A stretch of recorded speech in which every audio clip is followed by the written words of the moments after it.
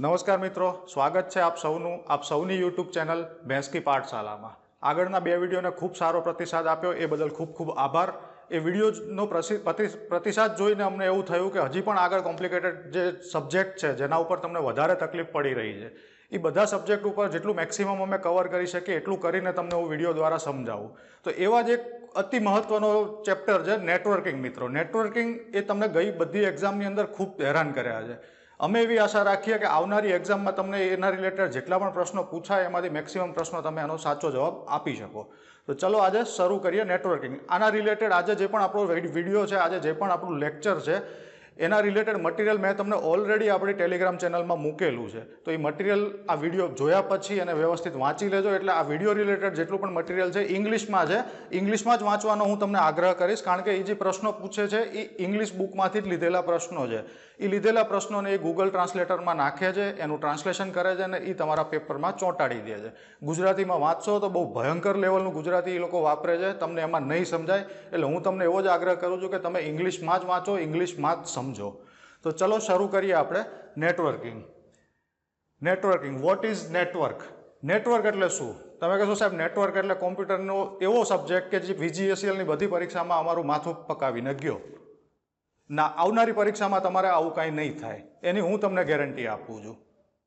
Network એટલે શું આપણે હવે કોમ્પ્યુટરની ભાષામાં સમજીએ, એને આઈટીની લેંગ્વેજમાં સમજીએ। નેટવર્ક એટલે એવી સિસ્ટમ કે જેમાં તમે બે કે એનાથી વધુ કોમ્પ્યુટર અથવા તો કોમ્પ્યુટર રિલેટેડ પેરિફેરલ્સને એકબીજા સાથે કનેક્ટ કરો। એ કનેક્ટ કરવાની જે પ્રોસેસ છે ને એ પ્રોસેસ પત્યા પછી જે માળખું સર્જાય એને મિત્રો નેટવર્ક કહેવાય।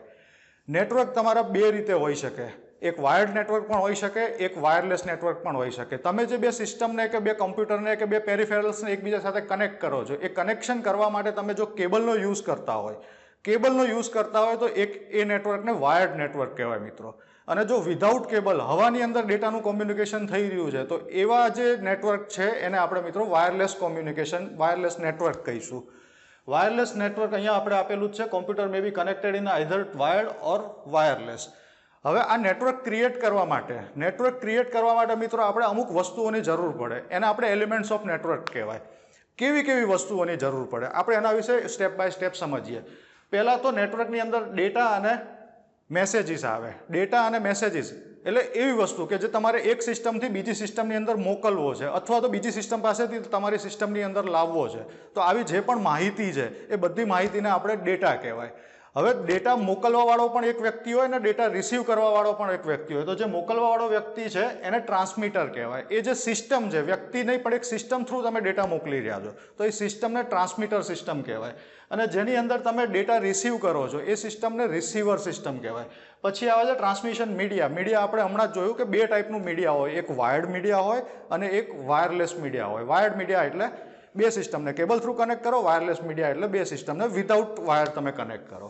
પછી આવે છે પ્રોટોકોલ એટલે શું? પ્રોટોકોલ એટલે એવો નિયમો કે એક અથવા એથી વધુ નિયમોનો એવો જથ્થો કે જે બે સિસ્ટમ વચ્ચે કોમ્યુનિકેશન કરવા માટે તમે વાપરો।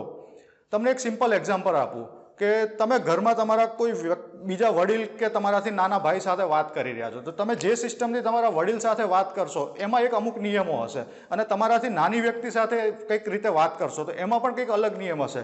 નાની વ્યક્તિ સાથે તમે વાત કરી રહ્યા છો તો એક ફ્રેન્ડલી તમે વાત કરશો, અને મોટા વ્યક્તિ સાથે વાત કરી રહ્યા છો તો એક રિસ્પેક્ટફુલી વાત કરશો। તો આ બે અલગ અલગ નિયમ થયા। તમે કઈ રીતનું કોમ્યુનિકેશન કરી રહ્યા છો એને અનુરૂપ તમારે નિયમ સિલેક્ટ કરવો પડે। એ નિયમ વિશે આપણે ડિટેલમાં આગળ જોઈશું જ્યારે આપણે પ્રોટોકોલ સમજીશું। પછી એક બીજા બે શબ્દો આવે છે મિત્રો, હોસ્ટ અને નોડ। કદાચ નીચે તમને નહીં વંચાતું હોય તો હું તમને ઓરલી કહી દઉં કે હોસ્ટ અને નોડ આ બે શબ્દોનો નેટવર્કની અંદર ફ્રીક્વન્ટ યુઝ થતો હોય છે મિત્રો, ફ્રીક્વન્ટ યુઝ। નેટવર્કની અંદર સેન્ડર અથવા રિસીવર આ બંને માટે આ શબ્દો વપરાતા હોય છે। ટ્રાન્સમિટ કરવાવાળો વ્યક્તિ અથવા તો ટ્રાન્સમિટ કરવાવાળી સિસ્ટમને આપણે હોસ્ટ કહેતા હોઈએ છીએ જનરલમાં, અને જે સિસ્ટમ તમારો ડેટા રિસીવ કરે છે, તમારી પાસેથી ડેટા લઈ રહી છે, એને રિમોટ હોસ્ટ કહેવાય મિત્રો। તમે એ બેમાંથી ગમે તેને નોડ પણ કહી શકો છો। તો આ હતા આપણા એલિમેન્ટ્સ ઓફ નેટવર્ક। હવે આપણે આગળ વધીએ ટ્રાન્સમિશન મીડિયા ઉપર। ટ્રાન્સમિશન મીડિયા શું છે? ટ્રાન્સમિશન મીડિયા આપણે હમણાં ચર્ચા કરી, વાયર અથવા વાયરલેસ। ટ્રાન્સમિશન મીડિયાના મુખ્યત્વે બે પ્રકાર હોય। હવે વાયરની અંદર પણ એને સબ કેટેગરીની અંદર ડિવાઈડ કરેલા છે। સબ કેટેગરીની અંદર ડિવાઈડ કરેલા છે ત્રણ કેટેગરી મુખ્યત્વે એમાં આપણને દેખાય। એક આવે છે કોએક્સિયલ કેબલ. કોએક્સિયલ કેબલ એટલે જનરલી તમે જોયું હશે તમારી ઘરે જે ચેનલ આવે છે એ ચેનલ એક કેબલ થ્રુ આવતી હોય છે. એ કેબલ બ્લેક કલરનો જનરલી દેખાતો હોય, ખૂબ જાડો અને કડક કેબલ હોય છે. એ કેબલ કદાચ તમે ખોલીને જોયું હશે તો એની અંદર એક હાર્ડ વાયર હોય અને એના ઉપર એક ઇન્સ્યુલેશનની વચ્ચે કોટિંગ કરેલું હોય. આ વાયર જનરલી કોપર અથવા તો એલ્યુમિનિયમમાંથી બનતો હોય છે. તો એવા કેબલને આપણે કોએક્સિયલ કેબલ કહેવાય. હવે કોએક્સિયલ કેબલને કનેક્ટ કરવા માટે એક સ્પેશિયલ ટાઈપનું કનેક્ટર વપરાય છે. એ કનેક્ટરને મિત્રો BNC કનેક્ટર કહેવાય. પછી બીજી કેટેગરી આવે છે ટ્વિસ્ટેડ પેર કેબલ. આ બહુ વ્યાપક પ્રમાણમાં વપરાતા કેબલો છે, જે ઇન્ટરનેટની અંદર અથવા તો લોકલ નેટવર્કિંગની અંદર જે વપરાતો કેબલ છે, જેને આપણે સાદી ભાષામાં લેન કેબલ કહીએ છીએ, એ જનરલી UTP કેબલ્સ કહેવાય. એ બધા કેબલ્સ ટ્વિસ્ટેડ પેર કેબલ હોય. જનરલ અત્યારે વપરાતા ટ્વિસ્ટેડ પેર કેબલો Cat 6 અને Cat 5 કેબલો સૌથી વધારે વપરાય છે. એની અંદર બબ્બે કેબલની પેરને ટ્વિસ્ટ કરેલી હોય, એકબીજાની સાથે આપણે પેલો ચોટલો વાળીએ અને એમ ગૂંથેલા હોય. એવી ટોટલ 4 પેર હોય. એટલે એક ટ્વિસ્ટેડ પેર કેબલની અંદર જનરલી જે લેન કેબલ હોય છે એની અંદર તમને 8 કેબલ જોવા મળશે. એ 8 કેબલને એક સ્પેશિયલ કનેક્ટર દ્વારા સિસ્ટમની સાથે એટેચ કરવામાં આવે છે. એ જે કનેક્ટર છે એ કનેક્ટરને આપણે RJ45 કનેક્ટર કહેવાય.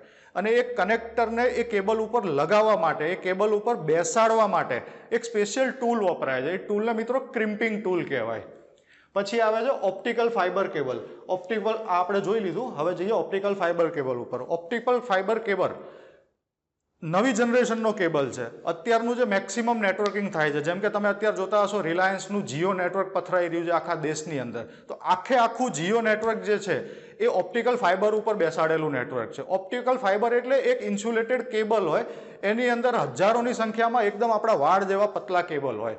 ઓપ્ટિકલ ફોર્મની અંદર એ કેબલ બનેલા હોય.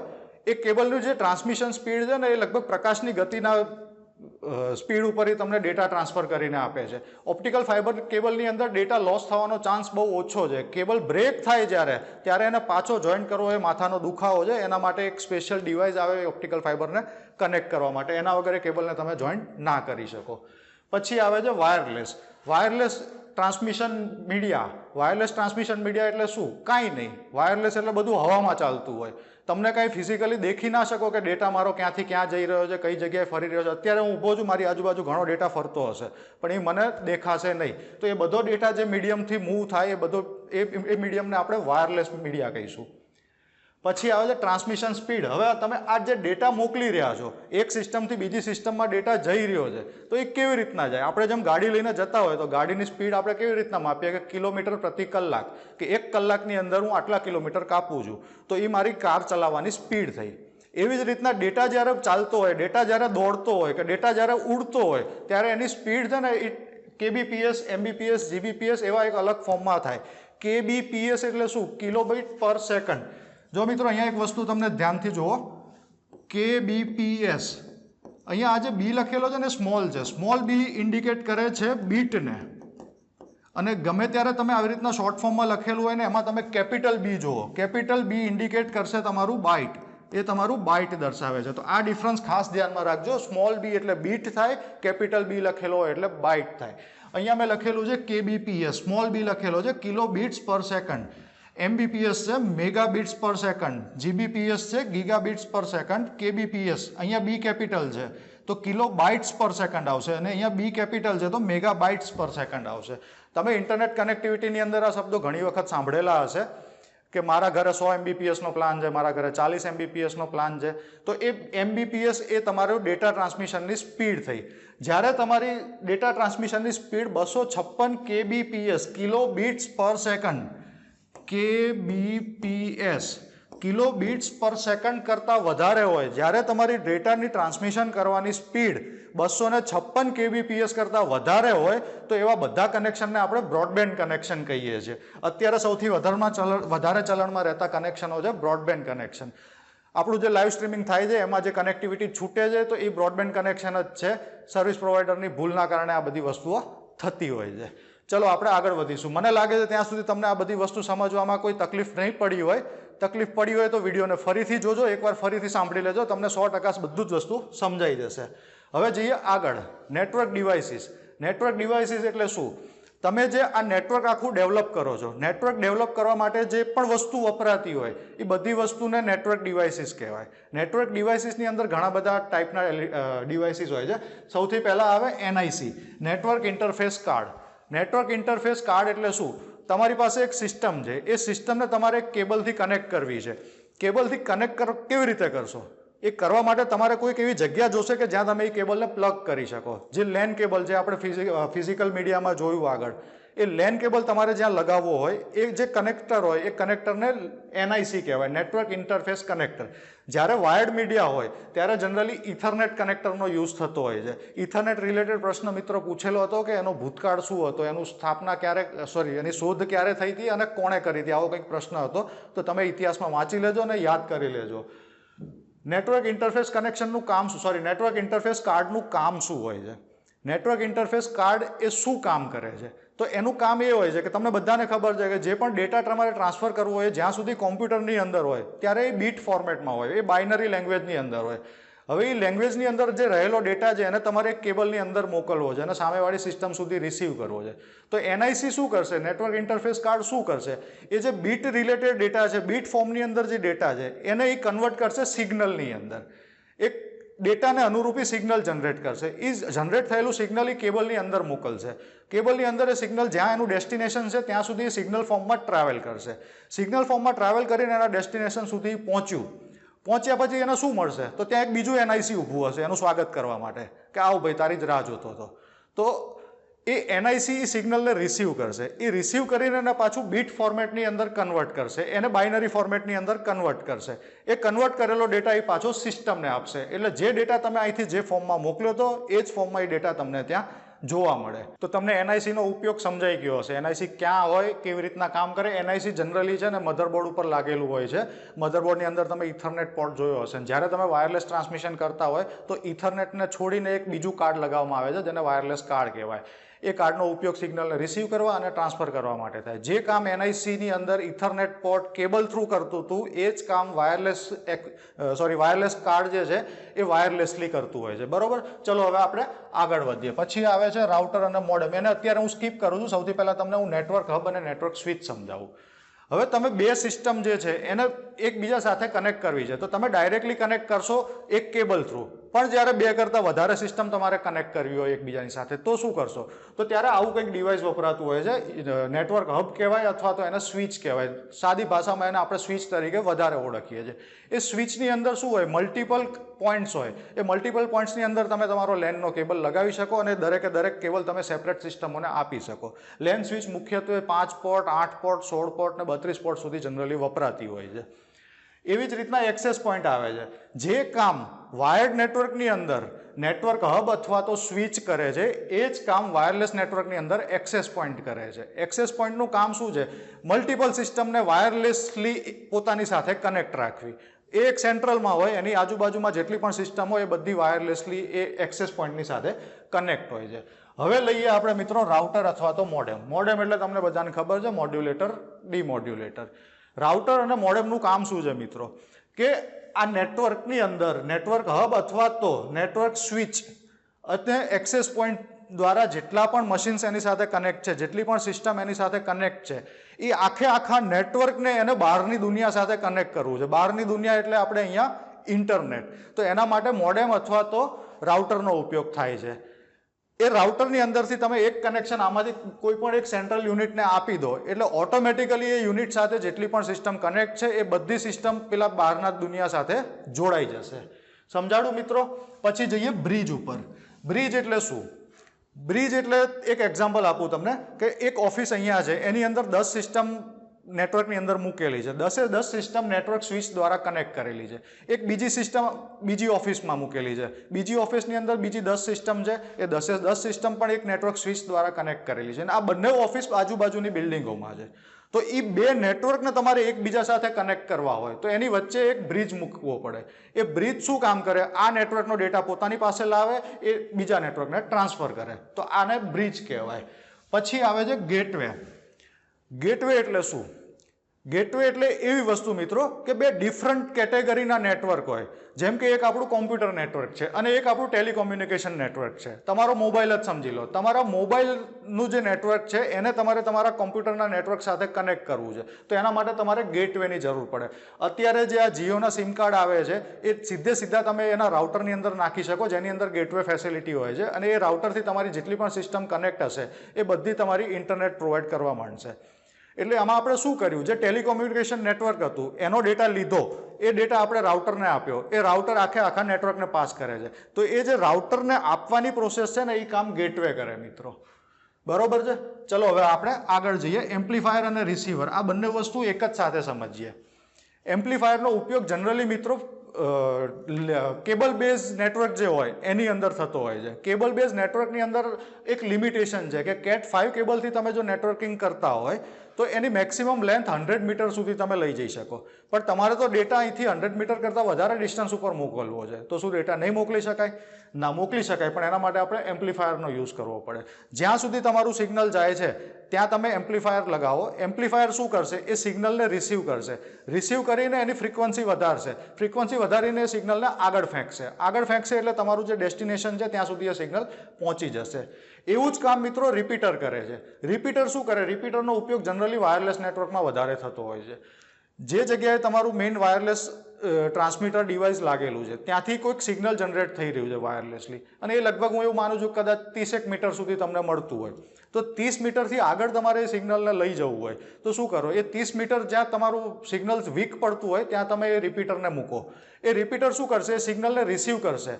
રિસીવ કર્યા પછી એ જે ફોર્મમાં રિસીવ કરે છે એ જ ફોર્મમાં આગળ મોકલશે. આમાં એમ્પ્લીફાઈ નહીં કરે, સિગ્નલની અંદર કોઈ ચેન્જ નહીં કરે. એમ્પ્લીફાયર એ સિગ્નલની ફ્રીક્વન્સીને વધારે છે, અને રિપીટર જે છે એ જે ફોર્મની અંદર સિગ્નલ મેળવે છે એ જ ફોર્મની અંદર આગળ પાસ કરે છે. એટલે વન ટાઈપ ઓફ બ્રિજ જેવું કામ થયું.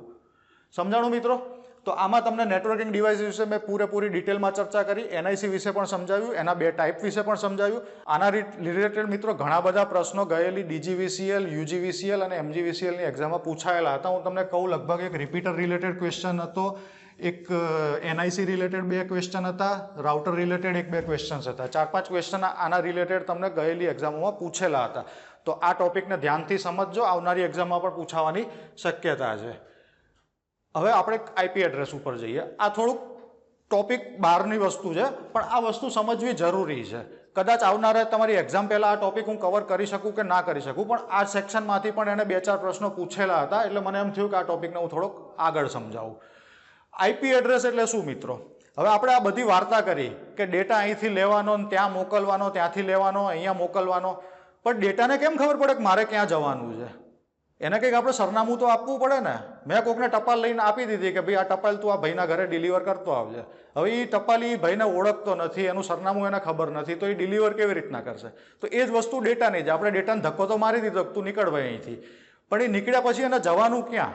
તો આપણે એને કંઈક સરનામું આપવું પડે. તો આ જે ડેટાના સરનામા છે એ સરનામા બધા IP એડ્રેસ તરીકે ઓળખાય. જનરલી સૌથી વધારે વપરાતી ટેકનોલોજી છે IPv4. IPv4 જે છે એ 32 bit internet protocol version 4, IPv4 internet protocol, આ બી કદાચ ક્યાંક પૂછેલો હતો, વર્ઝન 4. IPv4 જે છે એ 32 બીટનું એડ્રેસ છે મિત્રો. 32 બીટ કેવી રીતના થાય? IPv4 નું એક એક્ઝામ્પલ આપું. આવું કંઈક એક્ઝામ્પલ હોય છે, 192.168.023.001. તો આ તમે જોયું હશે કે આ એડ્રેસ છે દરેકે દરેક 3 ડિજિટ પછી એક ડોટથી અલગ પડે છે. આ એડ્રેસને 4 સેક્શનની અંદર ડિવાઈડ કરેલું છે, 1, 2, 3 અને 4 સેક્શનની અંદર. તો આ 4 સેક્શન છે એ 8 બીટના હોય. એક સેક્શન 8 બીટનું, બીજું સેક્શન 8 બીટનું, ત્રીજું સેક્શન પણ 8 બીટનું, અને એવી જ રીતના ચોથું સેક્શન પણ 8 બીટનું. મારું બોર્ડ હેરાન કરે છે આજે, કંઈ વાંધો નહીં, આપણે આગળ વધીએ. તો આ 4 સેક્શન 8 બીટના હોય. 8 બીટના આવા 4 સેક્શનને તમે ભેગા કરો એટલે એક એડ્રેસ બને. એ એડ્રેસ તમારું 32 બીટનું બને. મેં અહીંયા બ્રેકેટમાં તમને આપેલું જ છે. આ કદાચ બધી વસ્તુ મેં તમને છે ને, તમને જે PDF મટીરિયલ ગઈકાલે આપેલું એની અંદર મૂકેલું છે, તો આ તમને ત્યાંથી વાંચી શકશો. કદાચ થોડું ઝાંખું દેખાતું હોય તો માફ કરશો.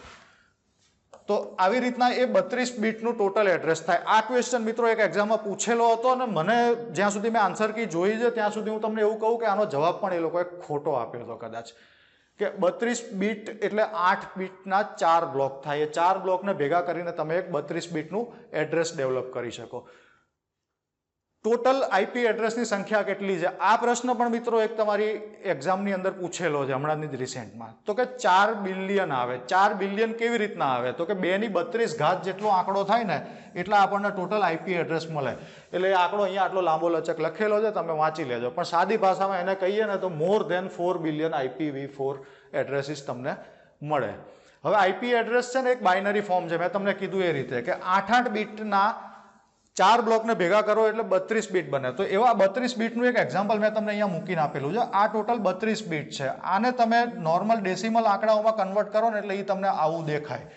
આમાં જે પહેલા 8 બીટ છે 3 ને 3 6 ને 2 8 ત્યાંથી બ્રેક કરો, આની વેલ્યુ 156 થતી હોય. પછીના બીજા જે 8 કેરેક્ટર છે એને તમે બ્રેક કરો, 3 ને 3 6 ને 2 8, એની વેલ્યુ 26 થતી હોય. એવી જ રીતના બાકીના 4 અને છેલ્લા 4 આખું IPv4 આઈપી એડ્રેસ તમારું થયું.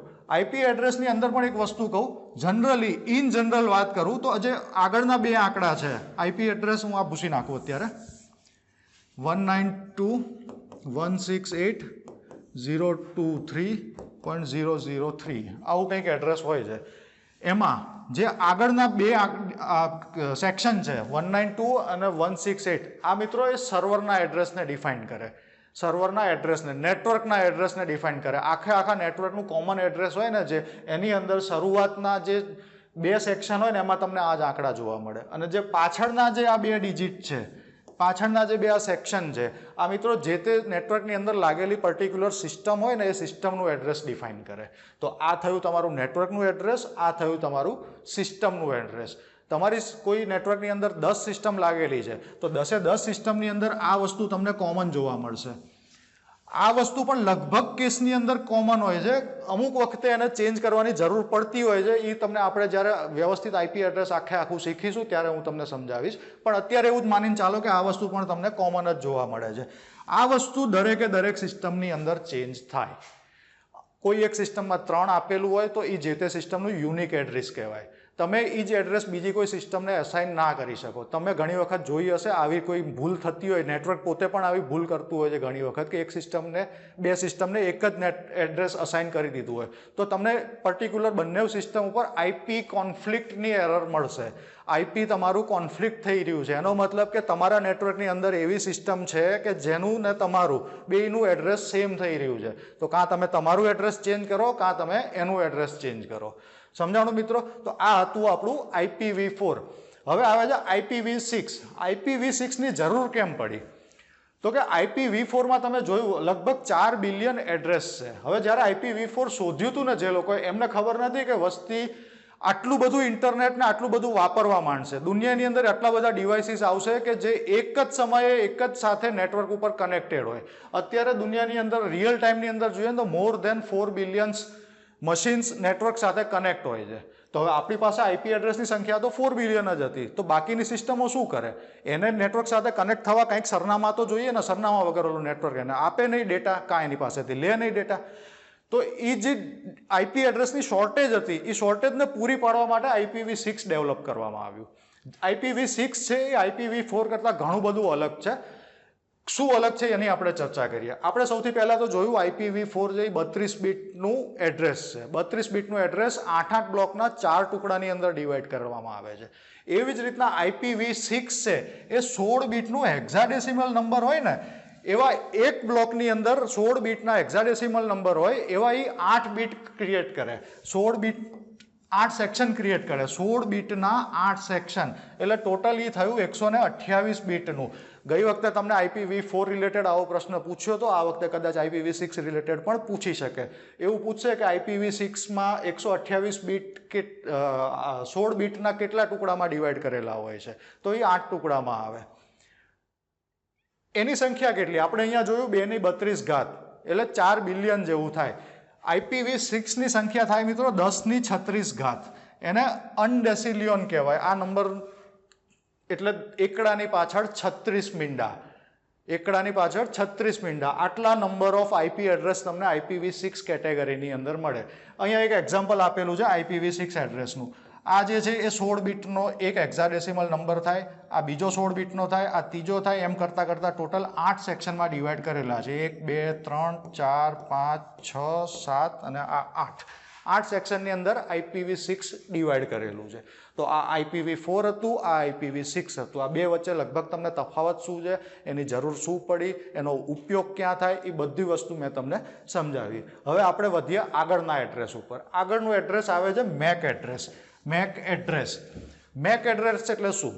મેક એડ્રેસ એટલે એવું એડ્રેસ કે જે ફિઝિકલ એડ્રેસ હોય, જે તમારું ડિવાઇસ છે એ ડિવાઇસને અસાઇન કરવામાં આવેલું એડ્રેસ હોય. જ્યારે પણ એ ડિવાઇસ મેન્યુફેક્ચરર થાય, મેન્યુફેક્ચરર કંપની એને જ્યારે બનાવે ત્યારે બનતા વેંત જ એની અંદર એક એડ્રેસ અસાઇન કરવામાં આવે છે. એ અસાઇન હંમેશા માટે એના ઉપર થપ્પો લાગી ગયો કે એ ફિક્સ એનું એડ્રેસ છે. ફિઝિકલ એડ્રેસ એ નેટવર્કની અંદર ગમે ત્યાં જોડાય એટલે નેટવર્ક સીધું આઈડેન્ટિફાય કરે કે હા આ ડિવાઇસ અહીંયા લાગી ગયું. એ ફિઝિકલ એડ્રેસ કહેવાય. એ એનું પરમેનન્ટ એડ્રેસ છે. પરમેનન્ટ એડ્રેસ તમે જે ઇથરનેટ NIC છે, NICની અંદર જે વાયર્ડ કાર્ડ આવે, ઇથરનેટ પોર્ટ આવે, એ બધી વસ્તુને એક પરમેનન્ટ એડ્રેસ અસાઇન કરેલું હોય છે. તમારું નેટવર્ક હોય, નેટવર્ક સ્વિચ હોય, દરેકે દરેક નેટવર્કની અંદર એક મેક એડ્રેસ અસાઇન કરેલું હોય છે.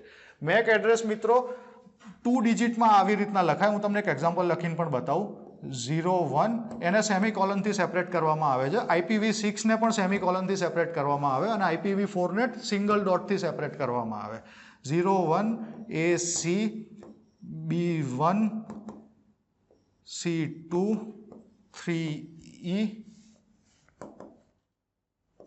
4F આવું કંઈક હોય.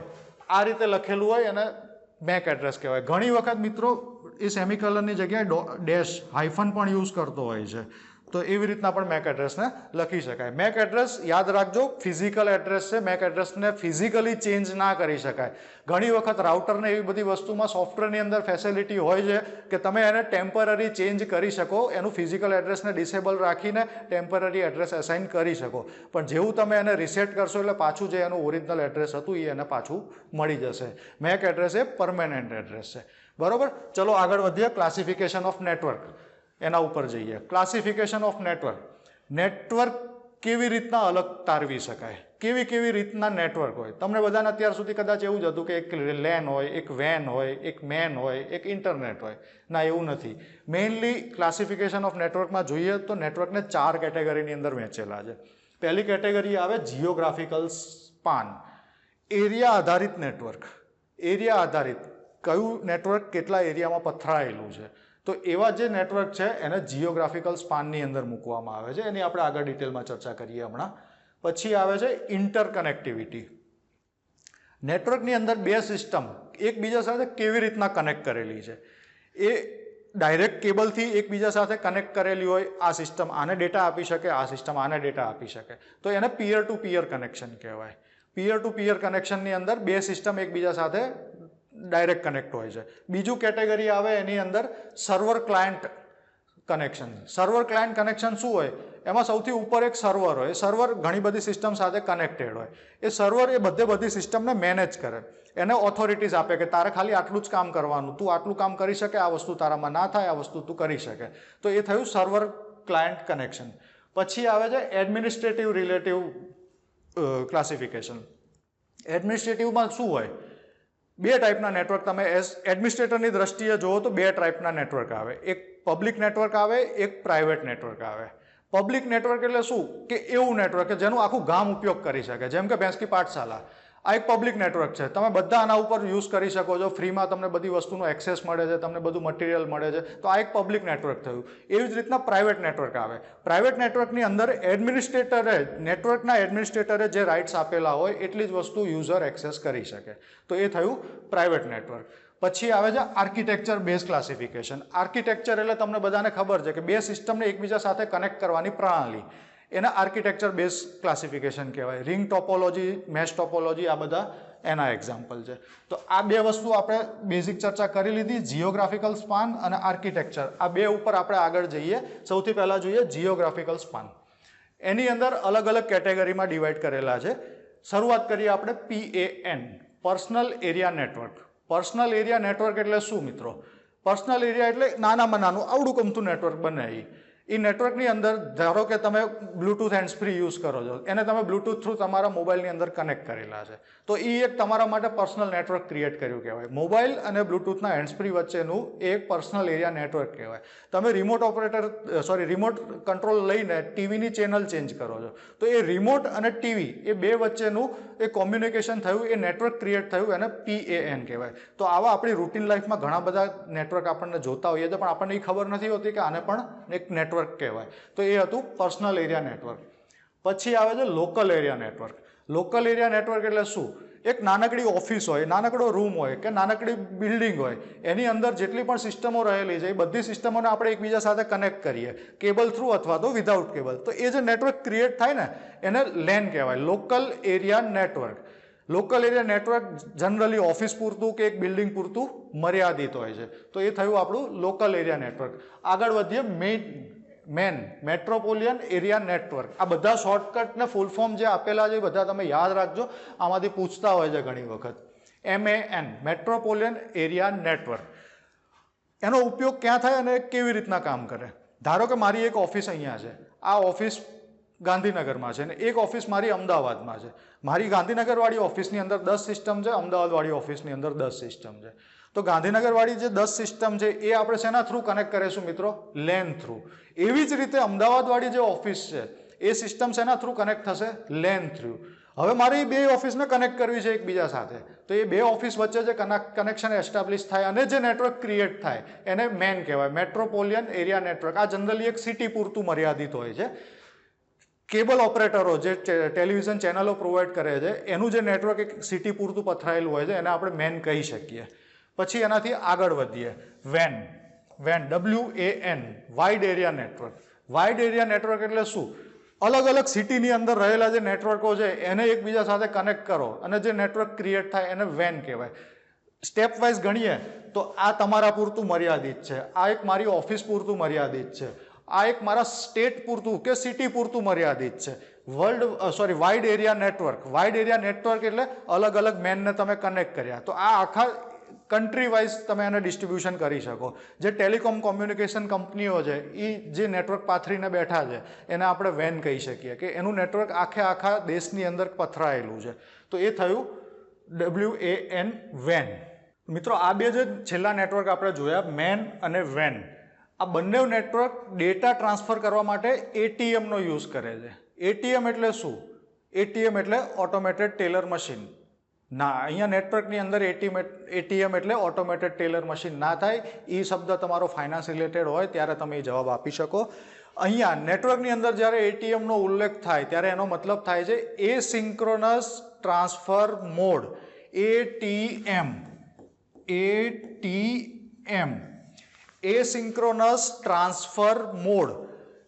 આ મેન અને WAN જ્યારે ડેટા ટ્રાન્સફર કરતું હોય ત્યારે એસિંક્રોનસ ટ્રાન્સફર મોડની અંદર ડેટા ટ્રાન્સફર થતો હોય છે. હવે આ ATM એટલે શું એ હું તમને થોડું સમજાવું. આના રિલેટેડ એકાદો પ્રશ્ન કદાચ પૂછેલો છે આગળની કોઈ એક્ઝામની અંદર. ATM છે ને મિત્રો, ડેટાને એક જગ્યાએથી બીજી જગ્યાએ લઈ જવા માટેનો એક મોડ છે, એક પ્રોસિજર છે, એક પદ્ધતિ છે. એ પર્ટિક્યુલર પદ્ધતિની અંદર શું થાય, એ કામ કેવી રીતે કરે? તો તમે ધારો કે કોઈ એક ડેટા મોકલી રહ્યા છો, તો આ પદ્ધતિની અંદર સૌથી પહેલાં એ ડેટાને અલગ અલગ ટુકડામાં તોડવામાં આવે, એક ફિક્સ સાઇઝના અલગ અલગ ટુકડામાં તોડવામાં આવે. એ જે ટુકડો તૈયાર થાય ને મિત્રો એને પેકેટ કહેવાય. પેકેટ. તમને ખબર છે ઇન્ટરનેટ ઉપર જ્યારે પણ કે નેટવર્કની અંદર જ્યારે પણ ડેટા ટ્રાન્સફર થાય ત્યારે એ પેકેટના ફોર્મમાં થતો હોય છે. તો ATM શું કરે? એ ATM પર્ટિક્યુલર ડેટાને એક ફોર્મેટની અંદર તોડી નાખે. એ તોડ્યા પછી એનું એક પેકેટ ક્રિએટ કરે. એ પેકેટની સાઇઝ મિત્રો 53 બીટની હોય, 53 બીટ. એ 53 બીટની અંદર 5 બીટ એવા હોય છે કે જે એ ડેટાનું એડ્રેસ અસાઇન કરેલું હોય કે ડેટાને ક્યાં જવાનું છે, અને બાકીના જે 48 બીટ હોય છે એ ડેટા રહે છે. એ ડેટા 48 બીટનો અને 5 બીટનું એનું એડ્રેસ એમ ભેગું થઈને એક 53 બીટનું પેકેજ બને. એ પેકેટ ટ્રાન્સફર કરવાનો પદ્ધતિ છે એને ATM કહેવાય, એસિંક્રોનસ ટ્રાન્સફર મોડ્યુલ. પછી આ બંનેની અંદર યુઝ થતું હોય છે. અને આ generally LAN cable, local area નેટવર્કની અંદર જે LAN કેબલ યુઝ થાય, CAT6 કેબલથી આનું નેટવર્કિંગ થઈ જતું હોય છે. જ્યારે WANની અંદર તમારે નેટવર્કિંગ કરવા માટે જનરલી ઓપ્ટિકલ ફાઇબર કેબલનો ઉપયોગ થતો હોય છે, OFC એટલે ઓપ્ટિકલ ફાઇબર કેબલ. આપણે આગળ જોયું મીડિયાની અંદર OFC નો યુઝ થતો હોય છે. ઓપ્ટિકલ ફાઇબરની અંદર અને આની અંદર શું ડિફરન્સ છે? તમારે લેન કેબલમાં ડેટા મોકલો ને એટલે એક પેકેટ જાય, એની પાછળ બીજું પેકેટ જાય, એની પાછળ ત્રીજું પેકેટ જાય, એની પાછળ ચોથું પેકેટ જાય, એવી રીતના 1 બાય 1 પેકેટ ટ્રાન્સફર થતા હોય છે. પ્રમાણમાં એ એકની પાછળ એક જવાથી શું થતું હતું કે એ ટ્રાન્સમિશનની સ્પીડ ઓછી થઈ જતી હતી. એટલે એક નવી પદ્ધતિ ડેવલપ થઈ, SONET. વેનની અંદર જનરલી આ પદ્ધતિનો ઉપયોગ થતો હોય છે. SONET એટલે મિત્રો synchronous optical network. SONET, synchronous optical network. આની અંદર ડેટા કેવી રીતના જાય? તમને મેં હમણાં જ કીધું કે ઓપ્ટિકલ ફાઇબર એટલે શું? એક ઇન્સ્યુલેટેડ કેબલની અંદર ઘણા બધા આપણા માથાના વાળ જેટલા પતલા કેબલ હોય. એ દરેક કેબલની અંદર આ પેકેટ ફેંકવાનું ચાલુ કરે. ઘણા બધા કેબલો એક સાથે જતા હોય એટલે એની અંદર ઘણા બધા પેકેટ પણ એક સાથે જતા હોય. તો તમારો જે ડેટા ટ્રાન્સમિશનનો સ્પીડ છે એ ઘણી બધી વધી જાય કમ્પેર ટુ ATM. ATMમાં શું થતું હતું? એકની પાછળ એક પેકેટ જતું હતું. કામ આમાં પણ એ જ રીતે થાય, પણ એ મલ્ટિપલ કેબલ્સની અંદર એ પ્રોસેસ થતી હોય એટલે તમારી ટ્રાન્સમિશનની સ્પીડ વધારે મળે. હવે આપણે આ 4 નેટવર્ક જોયા, પાન, લેન, મેન અને વેન. આ 4 નેટવર્ક જોયા પછી એક સૌથી મોટું નેટવર્ક આવે છે ઇન્ટરનેટવર્ક. એને આપણે ઇન્ટરનેટ તરીકે પણ ઓળખીએ છીએ. ખરેખર એનું નામ છે ઇન્ટરનેટવર્ક. ઇન્ટરનેટવર્ક એટલે શું? આખા ગામને ભેગું કરી દો અને જે નેટવર્ક ક્રિએટ થાય એને ઇન્ટરનેટવર્ક કહેવાય. દુનિયાની અંદર અત્યારે સૌથી મોટામાં મોટું નેટવર્ક આ છે ઇન્ટરનેટવર્ક. ઇન્ટરનેટ તમને બધાને ખબર જ છે, એના વિશે બહુ કંઈ ડિટેલ આપવાની જરૂર નથી. દુનિયાનું સૌથી મોટામાં મોટું પથરાયેલું નેટવર્ક અત્યારે ઇન્ટરનેટ છે. હવે આપણે અહીંયા પાછા જઈએ. આ વસ્તુ આપણે શીખી લીધી, આ મેં તમને કહી દીધી, આ કહી દીધી. હવે આવે છે architecture base classification. Architecture base classification એટલે તમને બધાને ખબર છે ટોપોલોજી. આ સબ્જેક્ટ, આ વિષય, આ ચેપ્ટર આ તમને બહુ હેરાન કરે છે પરીક્ષામાં. આપણે આને પણ એકદમ ડિટેલમાં સમજીએ, શાંતિથી સમજીએ. બધી ટોપોલોજી સ્ટેપ બાય સ્ટેપ હું તમને સમજાવું છું. એનો ઉપયોગ ક્યાં થાય, એના એડવાન્ટેજીસ શું છે, એના ડિસએડવાન્ટેજીસ શું છે, બધું આપણે લાઇન બાય લાઇન સમજીએ. મિત્રો એક બીજી વાત, commercial break. Share, subscribe, like એ તો તમે કરતા જ હશો.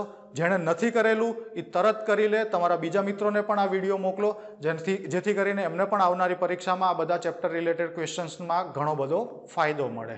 અત્યાર સુધી તમે જોડાયેલા છો એનો મતલબ મિત્રો તમને મજા આવી રહી છે. તો એક નીચે વિડીયોને લાઇક જરૂર કરી દેજો. ચલો આપણે જઈએ ટોપોલોજીમાં. ટોપોલોજીની અંદર સૌથી પહેલાં આવે બસ ટોપોલોજી. બસ ટોપોલોજી એટલે જો મેં અહીંયા એક પિક્ચર ડાયાગ્રામ તમને આપેલો છે.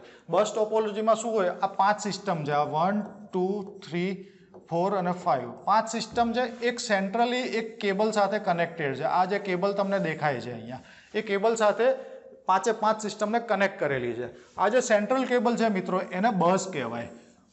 બસ એ બસ ટોપોલોજીનું હાર્ટ કહેવાય. બસ ની સાથે આ 5 સિસ્ટમ કનેક્ટ છે. હવે આની અંદર ડેટા ટ્રાન્સમિશન કેવી રીતના થાય? એક સિસ્ટમ બસની અંદર ડેટા ચડાવે, એ ડેટા બીજી સિસ્ટમ સુધી પહોંચે. પણ એ પહોંચાડવાનું કામ કોણ કરે? તો બસની અંદર છેડા ઉપર એક ટર્મિનેટર લાગેલું હોય, કોઈ પણ એન્ડ ઉપર ટર્મિનેટર લાગેલું હોય. એ ટર્મિનેટર શું કામ કરે? એને બીજી ભાષામાં CC પણ કહેવાય. CC એટલે સેન્ટ્રલ કંટ્રોલર. આ સિસ્ટમને ડેટા મોકલવો છે તો એ શું કરશે? એ ડેટાને સેન્ટ્રલ કંટ્રોલર સુધી આપશે. કંટ્રોલરને ખબર છે કે મારે આ ડેટાને આગળ કઈ સિસ્ટમમાં આપવાનો છે, કારણ કે મેં તમને હમણાં જ કીધું કે જે પેકેટ જાય છે એમાં ડેટાની સાથે એનું એડ્રેસ પણ હોય છે. આ સિસ્ટમને નથી ખબર કે મારે કઈ સિસ્ટમને ડેટા મોકલવાનો છે. એનું એડ્રેસ ખબર છે, પણ એ સિસ્ટમ ક્યાં છે એ જ નથી ખબર. તો એ કોને ખબર હોય? ટર્મિનેટરને અથવા તો સેન્ટ્રલ કંટ્રોલરને. તો એ ડેટા તમારો સેન્ટ્રલ કંટ્રોલર પાસે જાય. એ સેન્ટ્રલ કંટ્રોલર શોધે કે આ ભાઈએ ડેટા મોકલ્યો છે, મારે આ સિસ્ટમને આપવાનો છે. તો એ ડેટાનું શોધીને એ ડેટા એ તમારી એ સિસ્ટમ સુધી પહોંચાડે. જેવો ડેટા ત્યાં રિસીવ થાય એટલે બસમાંથી એ ડેટાને કાઢી નાખે. એ કાઢી નાખે એ કામ પણ ટર્મિનેટર જ કરે છે. હવે આ નેટવર્કનો ડિસએડવાન્ટેજ શું છે? ડિસએડવાન્ટેજ એવો છે કે કોઈ પણ બસ, ક્યારેય પણ તમારો બસ ખરાબ થયો, બસ કટ થયો અથવા તો બસ ડેમેજ થયો તો તમારું આખું નેટવર્ક ઠપ થઈ જાય. એને કહેવાય મિત્રો સેન્ટ્રલ પોઈન્ટ ઓફ ફેલિયર. જે જગ્યાએથી તમારું નેટવર્ક ખરાબ થાય, ડેમેજ થાય, તૂટે, એ જગ્યાને પોઈન્ટ ઓફ ફેલિયર કહેવાય. પોઈન્ટ ઓફ ફેલિયર અને સેન્ટ્રલ પોઈન્ટ ઓફ ફેલિયરમાં શું ડિફરન્સ છે? ધારો કે આ કોઈ સિસ્ટમ છે, એ સિસ્ટમનો આ કેબલ જે બસ સાથે કનેક્ટેડ છે, એ કેબલ ડેમેજ થાય તો શું થાય? એ કેબલ ડેમેજ થવાથી ખાલી આ સિસ્ટમ નેટવર્કમાંથી નીકળી જશે. તો આ નેટવર્ક માટે આ system A point of failure થયું. જ્યારે તમારો બસ ખરાબ થાય, આખો બસ ખરાબ થઈ જાય, ત્યારે આખી સિસ્ટમ ઠપ થઈ જાય છે. તો બસ છે એ તમારો સેન્ટ્રલ પોઈન્ટ ઓફ ફેલિયર છે. સમજાણું મિત્રો? ચલો આપણે આગળ વધીએ રિંગ ટોપોલોજી ઉપર. રિંગ ટોપોલોજીમાં શું હોય મિત્રો? રિંગ ટોપોલોજીની અંદર કોઈ એક સિસ્ટમ એ બે સિસ્ટમ સાથે કનેક્ટેડ હોય. અહીંયા તમે જોઈ શકો છો આ એક સિસ્ટમ છે, એક કેબલ થ્રુ આ સિસ્ટમ સાથે પણ કનેક્ટ છે, બીજા કેબલ થ્રુ આ સિસ્ટમ સાથે પણ કનેક્ટ છે. સેમ એ જ રીતે આ સિસ્ટમને જોઈએ તો એક કેબલ સાથે આની સાથે પણ કનેક્ટ છે અને કેબલ થ્રુ આની સાથે પણ કનેક્ટ છે. તો આવી રીતના એક સિસ્ટમ બીજી બે સિસ્ટમ સાથે કનેક્ટ થાય અને જે નેટવર્ક ક્રિએટ કરે એટલે એ એક આમ સર્કલ આકારનું ક્રિએટ થાય, તો એને આપણે રિંગ ટોપોલોજી કહેવાય. રિંગ ટોપોલોજી કામ કેવી રીતે કરે? કોણ ડેટા મોકલે, કોની પાસે ડેટા જાય, એ બધું નક્કી કોણ કરે? એ નક્કી કરે સિસ્ટમો પોતે જ. કેવી રીતના હોય એ હું તમને સમજાવું. રિંગ ટોપોલોજીની અંદર એક ટોકન સિસ્ટમ કામ કરતી હોય. એક પર્ટિક્યુલર સમય માટે દરેક સિસ્ટમને એક ટોકન અસાઇન કરવામાં આવે, એક ઓથોરિટી અસાઇન કરવામાં આવે કે આ તારી પાસે ટોકન આવ્યું, હવે તું ડેટા મોકલી શકે છે.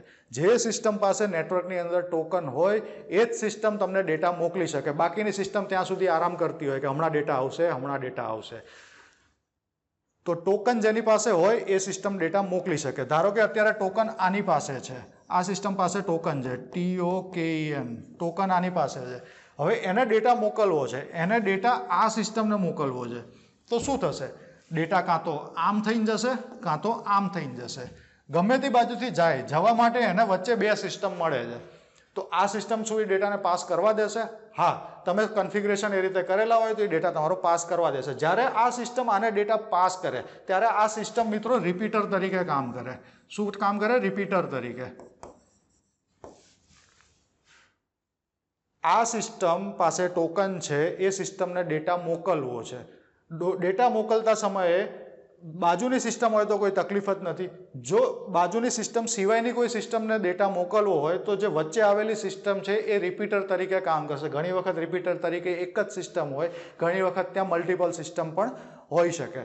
આની અંદર આપણે પોઈન્ટ ઓફ ફેલિયર માટે વાત કરી લઈએ. આ સિસ્ટમને મિત્રો ટોકન રિંગ ટેકનોલોજી તરીકે પણ ઓળખવામાં આવે છે, ટોકન રિંગ ટોપોલોજી. કારણ કે એની અંદર ડેટા મોકલવા માટે ટોકન સિસ્ટમનો ઉપયોગ થાય છે. જે સિસ્ટમ પાસે ટોકન હોય એ જ સિસ્ટમ ડેટા મોકલી શકે. પર્ટિક્યુલર લિમિટેડ ટાઈમ પૂરતું જ ટોકન હોય છે. 2 મિનિટ આને ટોકન મળ્યું, પછી ટોકન એની પાસેથી પાછું જતું રહે, એ ટોકન બીજી સિસ્ટમ પાસે જાય. જે સમયે જે સિસ્ટમ પાસે ટોકન હોય એ બાકીની સિસ્ટમને ડેટા મોકલી શકે. ત્યાં સુધી બધી સિસ્ટમ કાં તો આરામ કરતી હોય કાં તો રિપીટરનું કામ કરતી હોય. બરાબર મિત્રો? પોઈન્ટ ઓફ ફેલિયર વિશે વાત કરી લઈએ. પોઈન્ટ ઓફ ફેલિયર શું છે? આની અંદર જનરલી કોઈ સેન્ટ્રલ પોઈન્ટ ઓફ ફેલિયર નથી. તમારી કોઈ એક સિસ્ટમ ડાઉન થઈ ગઈ, ધારો કે આ સિસ્ટમ ડાઉન થઈ ગઈ, તો બાકીની સિસ્ટમ તો નેટવર્ક સાથે કનેક્ટેડ જ છે ને. આ સિસ્ટમ ડાઉન થઈ, આને ડેટા મોકલવો છે, આમથી નથી જતો તો એ તો આમથી મોકલશે. પોઈન્ટ ઓફ ફેલિયર આની અંદર સિંગલ સિસ્ટમ જ હોઈ શકે. સેન્ટ્રલ પોઈન્ટ ઓફ ફેલિયર આ ટોપોલોજીની અંદર ના આવે. આ ટોપોલોજીની અંદર મિત્રો ઘણી વખત છે ને ડ્યુઅલ રિંગ ટોપોલોજી શબ્દ કદાચ તમે ત્યાં જોયો હોય. ડ્યુઅલ રિંગ ટોપોલોજી એટલે શું? આ બધું કાઢી નાખું પહેલા. આ તમે જુઓ, એક જ રિંગથી આ બધી સિસ્ટમો કનેક્ટેડ છે. ફેલિયર ઓછું કરવા માટે ઘણી વખત આ બધી સિસ્ટમોને ડ્યુઅલ રિંગથી કનેક્ટ કરવામાં આવે છે. એક બેકઅપ રિંગ જનરેટ કરવામાં આવે કે ધારો કે કોઈ આ એક રિંગ ફેલ ગઈ તો એ કામ આ રિંગ દ્વારા પણ થતું હોય છે. ડ્યુઅલ રિંગ ટેકનોલોજી આને કહેવાય. પોઈન્ટ ઓફ ફેલિયર ઘટાડવા માટે આ ટેકનોલોજીનો ઉપયોગ થાય છે, ડ્યુઅલ રિંગ ટોપોલોજી. બરાબર મિત્રો? ચલો આગળ વધીએ. Mesh topology. મેશ ટોપોલોજી એટલે શું? મેશ ટોપોલોજી એટલે તમને ખબર છે જાળી જેવું જે ક્રિએટ કરે એને મેશ ટોપોલોજી કહેવાય.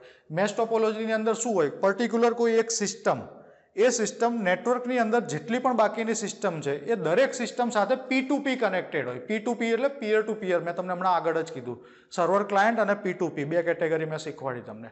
P2P કેટેગરી એટલે ડાયરેક્ટલી કનેક્ટેડ હોય દરેક સિસ્ટમની સાથે. અહીંયા એક એક્ઝામ્પલ દ્વારા તમને સમજાવું. આ 1 નંબરની સિસ્ટમ છે, આ 2 છે, 3 છે, 4 છે અને 5 છે. હવે અહીંયા જોઈએ, 1 નંબરની સિસ્ટમ છે એ આ 2 નંબર સાથે કનેક્ટેડ છે, આ 3 નંબર સાથે કનેક્ટેડ છે, અહીંયા 4 સાથે કનેક્ટેડ છે અને આ 5 સાથે કનેક્ટેડ છે. એક જ સિસ્ટમ નેટવર્કની અંદર રહેલી બધી જ સિસ્ટમ સાથે કનેક્ટેડ છે. એવી જ રીતના બાકીની સિસ્ટમ માટે પણ લાગુ પડે છે. તો આ ટાઈપના નેટવર્કને મેશ ટેકનોલોજી કહેવાય, મેશ ટોપોલોજી કહેવાય. સોરી. આ ટોપોલોજીનો ફાયદો શું? કે ગમે ત્યારે કોઈ એક લાઈન બ્રેક થઈ, આ લાઈન બ્રેક થઈ, 5 નંબર 1 અને 5 નંબર વચ્ચેની જે લાઈન છે એ બ્રેક થઈ તો શું થશે? ડેટા 5 નંબર સુધી તો જશે જ. 5 નંબર સુધી જવા માટે શું કરશે? એ વાયા 4 નંબર જઈ શકે, વાયા 3 નંબર જઈ શકે, વાયા 2 નંબર જઈ શકે. તો આમાં પણ આ મિત્રો જે વાયા થઈને જાય છે ત્યારે જેટલી પણ સિસ્ટમો એની વચ્ચે આવે એ બધી સિસ્ટમો રિપીટર તરીકે કામ કરે. જેવી રીતના રિંગ ટોપોલોજીમાં કરતી હતી એવી જ રીતના અહીંયા પણ કરશે. હવે મેશ ટોપોલોજી છે મિત્રો એ 2 ટાઈપની હોય. 2 ટાઈપની કેવી રીતના? એક તો ફૂલ્લી મેશ ટોપોલોજી હોય, બીજી પાર્શિયલી મેશ ટોપોલોજી હોય. આ અત્યારે અહીંયા જે એક્ઝામ્પલ આપેલું છે એ ફૂલ્લી મેશ ટોપોલોજી છે. ફૂલ્લી મેશ ટોપોલોજીમાં જે મેઇન સિસ્ટમ કોઈ પણ એક સિસ્ટમ બાકીની દરેક સિસ્ટમ સાથે P2P કનેક્શનથી જોડાયેલી હોય. અને પાર્શિયલ મેશ ટોપોલોજીમાં શું હોય કે ઘણી વખત આ 2 સિસ્ટમને જોડવાની જરૂર નથી. ચલો બહુ ડેટા ફ્રિકવન્ટલી ટ્રાન્સફર કરવાનો નથી આવતો, ક્યારેક કરવો છે તો વાયા કરીને મોકલી દઈશું, તો આ 2 વચ્ચે કનેક્શન ના કરે. એવી રીતના અમુક કનેક્શન કરેલા હોય, અમુક કનેક્શન ના કરેલા હોય, તો એવી અધૂરી મેશ જે જનરેટ થાય એવી ટોપોલોજીને મેશ ટોપોલોજી કહેવાય. આની અંદર પણ મિત્રો સેન્ટ્રલ પોઈન્ટ ઓફ ફેલિયર ના આવે, ખાલી પોઈન્ટ ઓફ ફેલિયર આવે. જે લાઈન બ્રેક થાય એ જ લાઈનનું કનેક્શન કપાય, બાકીનું બધું નેટવર્ક એઝ ઇટ ઇઝ ચાલુ રહે. બરોબર? આ હતી મેશ ટોપોલોજી. હવે એનાથી એક સ્ટેપ આગળ વધીએ.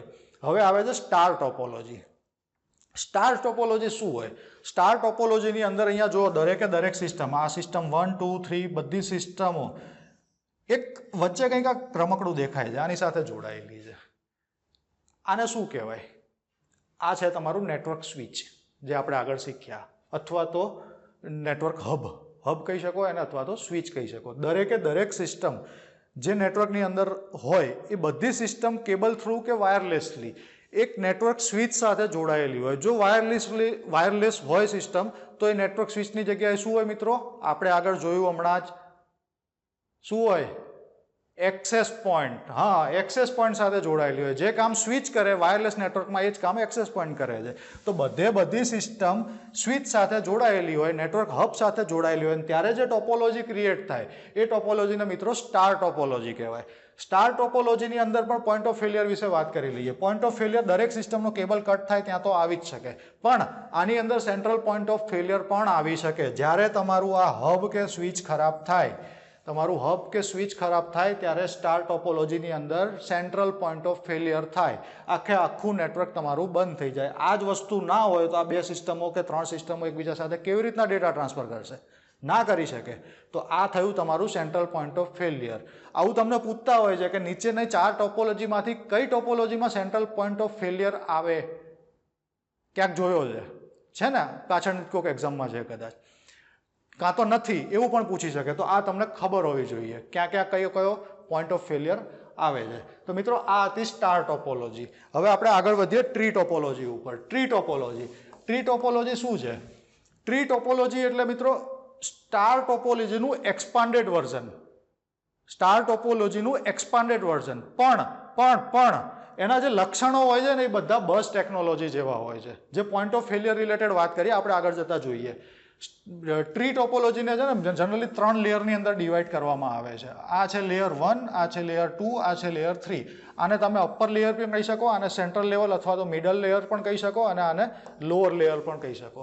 લોઅર લેયરની અંદર શું હોય? લોઅર લેયરની અંદર મલ્ટિપલ કોમ્પ્યુટર સિસ્ટમ્સ એકબીજા સાથે કનેક્ટેડ હોય. અહીંયા જે તમે દેખાય છે મલ્ટિપલ કોમ્પ્યુટર સિસ્ટમ એકબીજા સાથે કનેક્ટેડ હોય. મિડલ લેયરની અંદર શું હોય? મિડલ લેયર અપર લેયર અને લોઅર લેયરના કોમ્યુનિકેશનનું કામ કરે. અપર લેયરને લોઅર લેયર સાથે જોડવા માટે મિડલ લેયરનો ઉપયોગ થતો હોય છે. મિડલ લેયરની અંદર મિત્રો ડિસ્ટ્રીબ્યુશન પોઈન્ટ હોય. તમારું જે રાઉટર હોય છે એ રાઉટર તમે ડિસ્ટ્રીબ્યુશન પોઈન્ટની અંદર મૂકી શકો. પછી આવે છે કોર લેયર. કોર લેયરની અંદર જનરલી સર્વર સિસ્ટમો પડેલી હોય છે. સર્વર સિસ્ટમ એક કંટ્રોલ યુનિટમાં જાય, કંટ્રોલ યુનિટ બાકીના નેટવર્કને ડિસ્ટ્રીબ્યુટ કરે. તો આ થઈ મિત્રો ટ્રી ટોપોલોજી. હવે આની અંદર નીચેના કોઈ લેયરની અંદર ફેલિયર આવે તો નેટવર્કને બહુ કંઈ વાંધો નથી આવતો, કારણ કે આ નીચેના બધા સ્ટાર ટોપોલોજીથી કનેક્ટેડ હોય છે. તો આની અંદર કોઈ કનેક્શન બ્રેક આવે તો બાકીનું નેટવર્ક એઝ ઇટ ઇઝ ચાલુ રહે, પણ એ પર્ટિક્યુલર સિસ્ટમ એ નેટવર્કમાંથી ડિસ્કનેક્ટ થઈ જાય. પણ આ એનો બસ છે, કોર લેયર છે એનું બસ છે. જ્યારે આ કોર લેયર ફેલ થાય, કોર લેયરને રૂટ પણ કહેવાય. ટ્રી ટોપોલોજીની સરખામણીમાં કરીએ ને તો એને રૂટ કહેવાય. રૂટ એટલે પાયો. આ પાયો જ કાચો હોય ને તો બાકીનામાં ક્યાંય કાંઈ ભલીવાર ના આવે. આ બધી વસ્તુ અહીંયા ફેલિયર આવે મિત્રો એટલે આખું નેટવર્ક તમારું ફેલ થઈ જાય. તો આ છે એનો central point of failure. Upper લેયરની અંદર સેન્ટ્રલ પોઈન્ટ ઓફ ફેલિયર આવે. તમને એમ થાય કે ડિસ્ટ્રીબ્યુશન લેયરની અંદર ક્યાંક ફેલિયર આવે તો શું? ધારો કે ડિસ્ટ્રીબ્યુશન લેયરની અંદર અહીંયા ફેલિયર આવ્યું તો શું? તો આખી સિસ્ટમ ઠપ નહીં થાય. આ ડિસ્ટ્રીબ્યુશન જેટલી સિસ્ટમને ડિસ્ટ્રીબ્યુટ કરી રહ્યો છે એટલી જ વસ્તુ ફેલ થશે. બાકીનું જે નેટવર્ક છે એ એઝ ઇટ ઇઝ ચાલુ કરશે. તો આની અંદર પણ મિત્રો સેન્ટ્રલ પોઈન્ટ ઓફ ફેલિયર આવી શકે. સેન્ટ્રલ પોઈન્ટ ઓફ ફેલિયર આવી શકે. પછી આવે છે હાઇબ્રિડ ટેકનોલોજી. હાઇબ્રિડ ટેકનોલોજી એટલે શું? હાઇબ્રિડ એટલે બધાનું મિશ્રણ. બે કે તેથી વધુ ટોપોલોજીને ભેગી કરો ત્યારે જે ટોપોલોજી બને એને હાઇબ્રિડ ટોપોલોજી કહેવાય. ઇન્ટરનેટ મિત્રો અત્યારે જુઓ તો હાઇબ્રિડ ટોપોલોજીનું એક સારામાં સારું ઉદાહરણ છે. એમાં શું થાય? આ તમારું સ્ટાર નેટવર્કિંગ છે, સ્ટાર ટોપોલોજી છે, તમારી એક ઓફિસ છે, આ બીજી ઓફિસ છે, સ્ટાર ટોપોલોજીથી ક્રિએટ કરેલી છે, એક બીજી ઓફિસ છે, સ્ટાર ટોપોલોજીથી ક્રિએટ કરેલી છે.